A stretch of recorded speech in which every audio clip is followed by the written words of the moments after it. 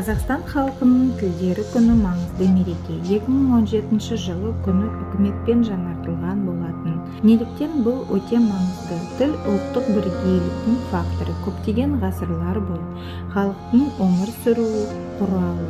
Ол ұлы даланың ұлттық мәдениетін сақтау және Қазақстанның тәуелсіз мемлекетті айналуына ықпал етті. Ғасырлар бойы құндылықтарды сақтау үшін Қазақстан тілдер күні құрылады. Қазақстанда тілдер күні құрылу туралы 20 жыл бұрын ойланғаны таңқаларлық емес. Талқылау қорытындысы 1999 жылы Қазақстан халықтарының тілдер күні мерекесінің құрылуы болады. Ол 3 қыркүйек айының жексенбісінде атап өтіледі. Язык – благополучия народа. Он воздействует объединению и сплочению наций, является средством воспитания и опорой, связывающей взаимоотношения людей. День языка – признак дружбы, родства и единства всех граждан страны.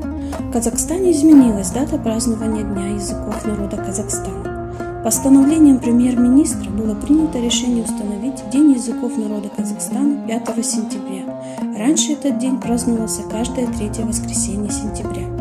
Дата 5 сентября выбрана не случайно. Это день рождения Ахмета Байтурсынова, общественного и государственного деятеля, просветителя, ученого-лингвиста, литературоведа, реформатора национальной письменности, тюрколога, поэта, переводчика. В Казахстане почитается как Улт-Устазе, учитель нации.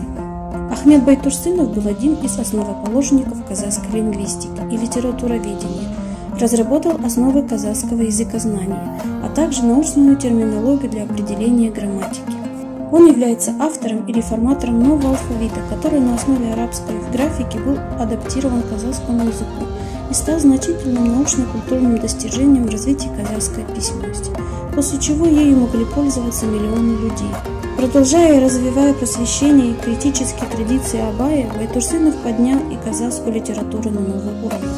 Вся жизнь Ахмета Байтурсынова была пронизана пламенной заботой о самоопределении казахов, развитии культуры, образования и науки, сохранении в веках самобытного народного творчества, самого духа нации.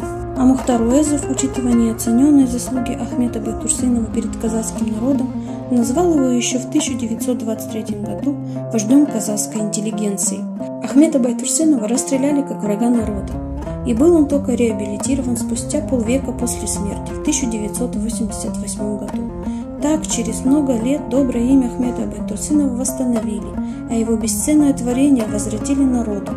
Он был и остается в памяти народа светлым лучом казахской науки и культуры.